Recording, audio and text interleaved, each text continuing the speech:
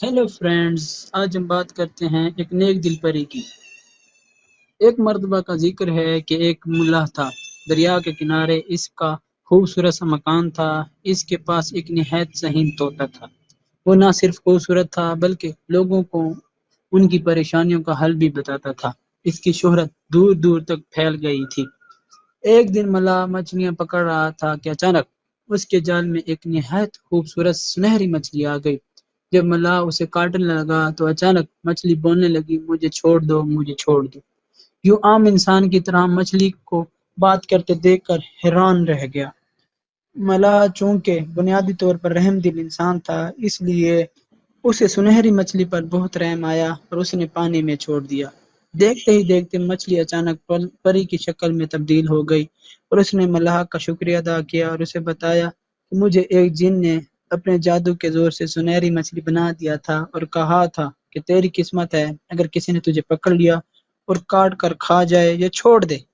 اچھا ہوا کہ میں ایک نیک انسان کے ہاتھ لگی۔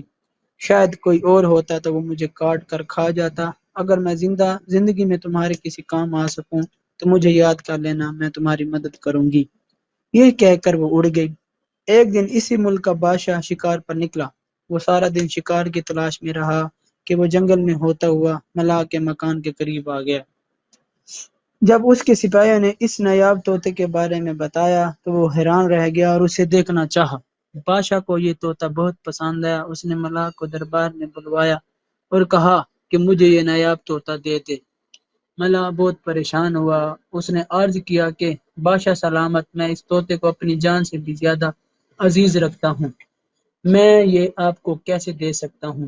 پھر بادشاہ نے کہا میں تمہیں ایک محل بنا کر، لیکن پھر بھی ملاح نہ مانا تو بادشاہ نے کہا پھر میری یہ شرط ہے کہ تم میرے 2 سوالوں کے جواب دو۔ اگر تم میرے سوالوں کے جواب نہ دے سکے تو پھر یہ طوطا میرا ہوا۔ اگر تم نے جواب دے دیے تو پھر نہ صرف میں طوطا تمہارے ہی پاس رہنے دوں گا بلکہ اتنی مال و دولت بھی دوں گا کہ تمہاری 7 نسلیں بہت عیش سے زندگی گزاریں گی۔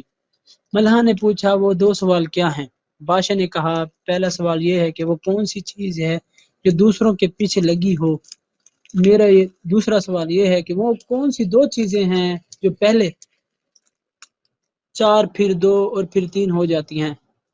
بادشاہ نے اسے 1 ہفتے کا وقت دیا۔ ملاح بادشاہ کے یہ سوال سن کر گھر آیا اور پریشان رہنے لگا۔ ہر وقت انہی 2 سوالوں کے بارے میں سوچتا رہتا۔ اس کی راتوں کی نیندیں بھی اڑ گئیں لیکن اسے ان سوالات کے جواب نہ ملے۔ بالآخر طوطا بھی اپنے مالک کو پریشان دیکھتا رہتا۔ ایک دن اس نے پوچھا آخر کیا ماجرا ہے، مجھے بتائیں، میں آپ کی پریشانی کا حل بتاؤں۔ ملاح نے اس کو اپنی پریشانی بتائی اور کہا کہ کل آخری دن ہے اور اگر صبح تک میں بادشاہ کو ان سوالات کے جواب نہیں دے پایا تو وہ تمہیں ہمیشہ کے لیے لے جائے گا۔ طوطا سوچتا رہا۔ اچانک اسے خیال آیا کہ کچھ دن پہلے ملاح نے اسے سنہری مچھلی والا واقعہ سنایا۔ اس نے کہا کہ وہ اس نیک دل پری سے مدد لے۔ پری کا خیال آتے ہی اس نے سوچا، اسے یاد کیا۔ تھوڑی ہی دیر میں پری حاضر ہو گئی۔ ملاح نے پری کو بادشاہ والا سارا واقعہ سنا دیا۔ پری نے 1 منٹ میں دونوں سوالوں کے جوابات ملاح کو بتا دیے۔ اس نے پری کا شکریہ ادا کیا اور بہت آرام سے رات کو سو گیا۔ صبح سویرے جب بادشاہ کے ہر کارے بلانے ملاح کو پہنچے تو وہ ان کے ساتھ ہو کر دربار میں آیا۔ بادشاہ سوچ رہا تھا کہ ملاح کو ان کے سوالات کے جواب نہیں آتے، اب وہ نایاب طوطا میرے حوالے کر ہی دے گا۔ اس نے پوچھا تم لے کر آئے میرے دونوں سوالات کے جواب؟